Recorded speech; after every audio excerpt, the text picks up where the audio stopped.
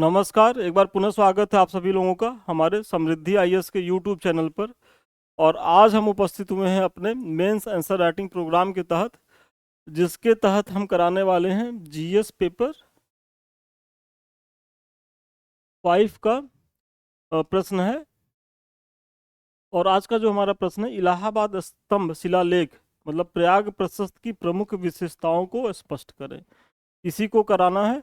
तो चलिए बिना समय गंवाए देखते हैं आज का प्रश्न।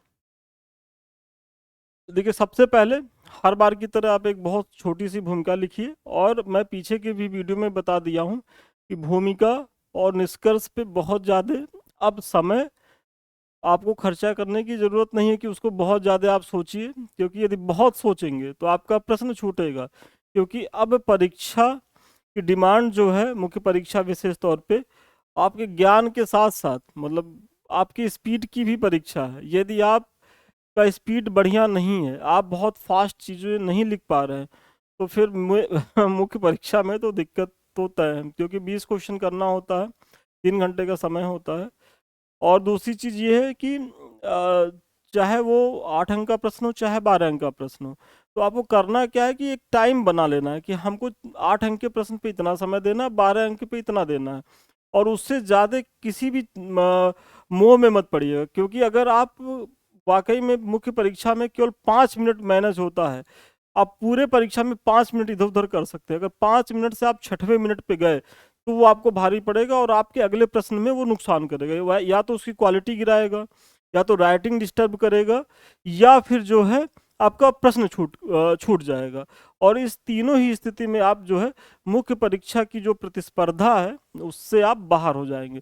तो आपका पहला प्रयास ही होना चाहिए कि हम बहुत टू द पॉइंट लिखेंगे, भूमिका निष्कर्ष बहुत सधी हुई देंगे। देखिए, देना है, बिना दिए काम नहीं चलेगा, लेकिन संक्षिप्त और सारगर्भित तरीके से देना है। पॉइंट जो हमारा बीच का है वो सारे डायमेंशंस को कवर करे। मतलब अगर नहीं कर रहा है तब भी समस्या है, क्योंकि अगर प्रश्न में 2-3 डायमेंशंस पूछे गए हैं और आप 1 या 2 लिख करके आ रहे हैं, एक छोड़ के आ रहे हैं, यदि 12 अंक का प्रश्न है, 3 डायमेंशंस हैं उसमें, तो आपने टच किया, एक छोड़ दिया, तो आप जो है 8 नंबर तो आप कायदे से 8 नंबर में ही आपकी मार्किंग होगी, क्योंकि 4 नंबर आपका छूट गया, तब भी आपके लिए ठीक नहीं है। ये सारी चीज़ें हैं, और ये सारी चीज़ें तभी मैनेज होंगी जब आप डेली आंसर राइटिंग करेंगे। और इस सीरीज का उद्देश्य भी हमारा यही है कि हम आपको अपने साथ साथ डेली आंसर राइटिंग कराएं। तो यहाँ से तो आपको एक क्वेश्चन डेली मिलेगा ही मिलेगा। और आप जो है हमारे टेलीग्राम चैनल पे मुझे पर्सनली आंसर राइटिंग करके भेजिए, हम आपका निःशुल्क चेक भी कर देंगे। ऐसा नहीं, एक क्वेश्चन तो हम डेली चेक कर देंगे। तो आइए एक छोटी सी भूमिका देते हैं कि इलाहाबाद स्तंभ का सर्वप्रथम निर्माण मौर्य वंशीय शासक अशोक ने करवाया था। यह समुद्रगुप्त के प्रयाग प्रशस्त शिलालेख रूप में प्रसिद्ध है। देखिए, इसका निर्माण अगर देखा जाए तो किसके द्वारा कराया गया था, तो वो मौर्य शासक अशोक के द्वारा कराया गया था। आप सभी जानते हो, इसी पर बाद में चल करके समुद्रगुप्त का प्रयाग प्रशस्ति जो है वो उत्कीर्ण कराई गई, और इसको ख्याति भी प्रयाग प्रशस्त के नाम से ही ज्यादा मिली है। तो वही आप इसमें बता रहे हैं, जिसकी रचना समुद्रगुप्त के एक मंत्री हरिशेर ने की थी। आगे चलकर मुगल बादशाह जहांगीर ने भी इस पर अपना लेख जो है वो खुदवाया था। तो ये आपके पीटी का भी फैक्ट है कि जो ये प्रयाग प्रशस्ति है, या मतलब जो ये इलाहाबाद स्तंभ है, ये कितने शासकों से संबंधित है, तो अशोक से भी संबंधित है, समुद्रगुप्त से भी संबंधित है, और आगे चल के मुगल वंशी जो शासक थे जहांगीर, उनसे भी संबंधित है। तो ये पीटी का भी फैक्ट हो गया, और यही आपका जो है परिचय भी होगा। क्योंकि देखिए, प्रश्न आपका इलाहाबाद स्तंभ शिलालेख की प्रमुख विशेषताओं पर था, तो ये चीजें आप बता दिए। मूल रूप से यह स्तंभ लेख कौशाम्बी जिले में स्थित था, जिसे बाद में इलाहाबाद के किले के अंदर जो है वो स्थापित किया गया। यदि ये भी आपके पीटी का फैक्ट बनेगा कि भाई ये जो स्तंभ लेख था इलाहाबाद, तो ये पहले कहाँ था, तो पहले था ये कौशाम्बी में, बाद में इसे प्रयागराज में लाया गया और अकबर के किले में जो है वो स्थापित किया गया, जिसे आज सेना के द्वारा जो है वो अधिकृत कर लिया गया है। और आप लोग देखते होंगे कि जब आप संगम स्नान करने जाएंगे तो एक फोर्ट दिखेगा भी, तो वो ये उसी फोर्ट के अंदर है। इसमें विशेष रूप से समुद्रगुप्त के राज्याभिषेक, विजय अभियानों एवं उसके व्यक्तित्व को दर्शाया गया है। मतलब अगर ये इलाहाबाद स्तंभ शिलालेख है, तो ये बेसिकली फेमस है प्रयाग प्रशस्ति की वजह से। जो हरिशेर द्वारा प्रयाग प्रशस्ति कि मतलब इस पे जो उत्कीर्णित किया गया, तो ये उसी के संदर्भ में विशेष ख्याति पाता है। नहीं तो मौर्य का या फिर आगे जो है जहांगीर का को लेकर के इतना ज़्यादा ये फेमस नहीं है। तो प्रयाग, और इसीलिए देखिए ब्रैकेट में प्रयाग प्रशस्ति लिखा भी है, कि यानी कि आपको बेसिकली सामान्य परिचय देने के बाद आपको प्रयाग प्रशस्ति पे ही ज़्यादा फोकस्ड होकर के उत्तर को लिखना है। फिर इस स्तंभ लेख की जानकारी मिलती है कि स्कंदगुप्त ने आर्यावर्त के 9 शासकों एवं दक्षिणापथ के 12 शासकों पर विजय प्राप्त की थी। ये स्कंदगुप्त नहीं होगा, ये समुद्रगुप्त होगा।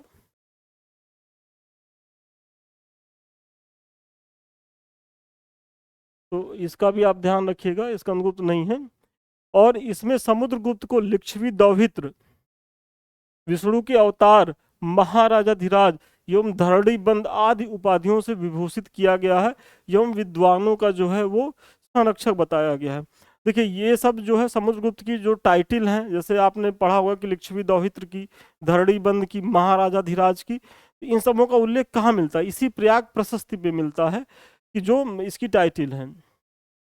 फिर इस लेख के आधार पर ही हमें गुप्तकालीन प्रशासन की जो है वो महत्वपूर्ण सूचना मिलती है। जैसे इस अभिलेख में हरिशेण को कुमारामात्य, महादंडनायक एवं संधि विग्रहिक भी कहा गया है, जिसका बाद के कालों में भी प्रचलन रहा है। जैसे आप देखते होंगे कि जो कुमारामात्य है, महादंडनायक या संधि विग्रहिक, ये जो प्रशासनिक अधिकारी थे, तो इनका जो उल्लेख है सर्वप्रथम हमको कहाँ मिलता है? तो ये मिलता है प्रयाग प्रशस्ति में। समुद्रगुप्त की जो प्रयाग प्रशस्ति है वहां मिलता है। हालांकि मौर्यों के समय में भी इनका प्रचलन रहा है, लेकिन गुप्तों के समय को लेकर के विशेष तौर पे बताते हैं, तो ये चीजें आप बता दीजिए। और फिर बाद में ये जो प्रशासनिक अधिकारियों का जो ये है, तो ये बाद में भी गुप्तों के बाद में भी ये चीजें बनी रही, बेसिकली पूर्व मध्य काल तक अगर देखा जाए तो हर्षों के समय भी ये सारे अधिकारी बने ही थे। इसकी भी जानकारी मिलती है। चलिए आगे बढ़ने से पहले एक संक्षिप्त लेकिन महत्वपूर्ण सूचना। आप सभी लोगों की जो प्रीलिम्स की परीक्षा समाप्त हो गई है और आप लोग मिला जुला लिए होंगे। बहुत से लोगों ने कट ऑफ भी बता दिया है, हमारे संस्थान के द्वारा भी बताया गया है, विनीत पाठक जी द्वारा, तो हम उधर नहीं जाएंगे। मतलब आपको अगर यहाँ अभी पीटी देना है या मुख्य परीक्षा लिखना है, तभी भी अभी भी आपका ये जो समय है वो मुख्य परीक्षा पढ़ने का समय है। क्योंकि प्रीलिम्स की चीज़ें तो आप 3 महीना में भी, अगर आप पीछे से आपका एक आधार मजबूत है तो 3 महीना, 2.5 महीना, 3 महीना प्रीलिम्स के लिए बहुत होता है, और इतना आप पढ़ करके प्रीलिम्स पास भी कर जाएंगे। लेकिन समस्या होती है मुख्य परीक्षा में, क्योंकि मुख्य परीक्षा का सिलेबस लंबा चौड़ा है। आप जान रहे होंगे कि 6 पेपर होते हैं जीएस के, फिर ऐसे होता है, सामान्य हिंदी होता है, और भारी भरकम सिलेबस है। तो इसको मेंटेन यदि आप नहीं करे रहेंगे तो पीटी पास करके भी आप जो है अपना एक प्रीलिम्स गंवाएंगे, क्योंकि मुख्य परीक्षा में कुछ बेहतर नहीं कर पाएंगे। तो अभी जिसको 2025 का पीटी देना है वो भी अभी मुख्य परीक्षा पढ़े, और जिनका मेंस है कि हम पीटी पास करें, उनको तो मुख्य परीक्षा पढ़ना अनिवार्य ही है। तो दोनों ही कंडीशन में अभी मेंस पढ़िए। और इस मेंस की तैयारी में हमारे संस्थान के द्वारा भी टेस्ट सीरीज का आयोजन किया जा रहा है, जिसमें हमारा फुल टेस्ट भी चल रहा है, जिसमें हमारे 1, 2, 3, 4, 5, 6 सारे पेपर करवाए जा रहे हैं जीएस के। और इसकी फीस मात्र 4,999 रुपये है। और अगर आप जीएस पेपर 5, 6 से ही जुड़ना चाहते हैं तो इसकी भी फीस जो है वो 1,499 रुपये अभी है। तो आप इसका लाभ लीजिए। और इसके माध्यम से हमारा प्रयास ये है कि हम डेली आपको, यदि आप फुल करना चाहते हैं, आप बहुत ज़्यादा क्वेश्चन करना चाहते हैं, तो आप इस बैच से जुड़िए। यदि आप डेली अपना 2 क्वेश्चन चेक कराना चाहते हैं तो आप हमारे जीएस पेपर 5, 6 से जुड़ सकते हैं। यहाँ आपको डेली 2 क्वेश्चन मिलता है, उसकी मार्किंग होती है, उसका मॉडल आंसर भी दिया जाता है। अभी आपको हम दिखा रहे हैं, देखिए थोड़ा ब्लर दिख रहा होगा, ऐसे कॉपी पे आप हमको पीडीएफ में बना के भेजेंगे। संस्थान द्वारा इस तरीके से देखिए प्रॉपर मार्किंग की गई है। ये देखिए सारी चीज़ों का मार्किंग है यहाँ। जो भी कमेंट किया गया है वो सारे एक्सपर्ट के द्वारा किया गया है, मोस्टली मेरे द्वारा ही किया जाता है। बाय द वे कुछ सेगमेंट है, जैसे ज्योग्राफी है तेज सर कर देते हैं, पॉलिटी है विनीत सर कर देते हैं। तो वो सारे लोग जो कर रहे हैं वो मुख्य परीक्षा लोगों ने दिया है, कई कई मुख्य परीक्षा दिया है, इंटरव्यू फेस किए हैं, तो एक अनुभवी टीम है। और फिर उसके बाद जब आपकी कॉपी चेक हो जाती है तो फिर जो है एक मॉडल पेपर भी दे दिया जाता है इस तरीके से। देखिए ये मॉडल पेपर है, ताकि आप कमेंट भी पढ़िए, वहाँ से चीज़ें सुधार करिए, और फिर क्या कमी रह गई मॉडल पेपर से भी आप अपने उत्तर को और समृद्ध बना सकते हैं। तो चलिए, सूचना समाप्त हुई। फिर आप बताइए कि देश में कई ऐसे ताम्रपात्र मिले हैं जिसकी भाषा शैली प्रयाग प्रशस्ति के समान है।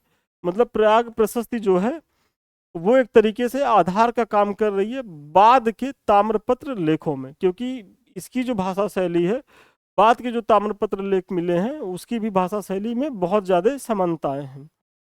इलाहाबाद स्तंभ लेख पर मुगल सम्राट जहांगीर के राज तिलक का उल्लेख मिलता है। मैंने पीछे ही बताया है कि ये जहांगीर से भी संबंधित है, तो उनके राज तिलक का भी जो है वो जानकारी मिलती है प्रयाग प्रशस्ति से।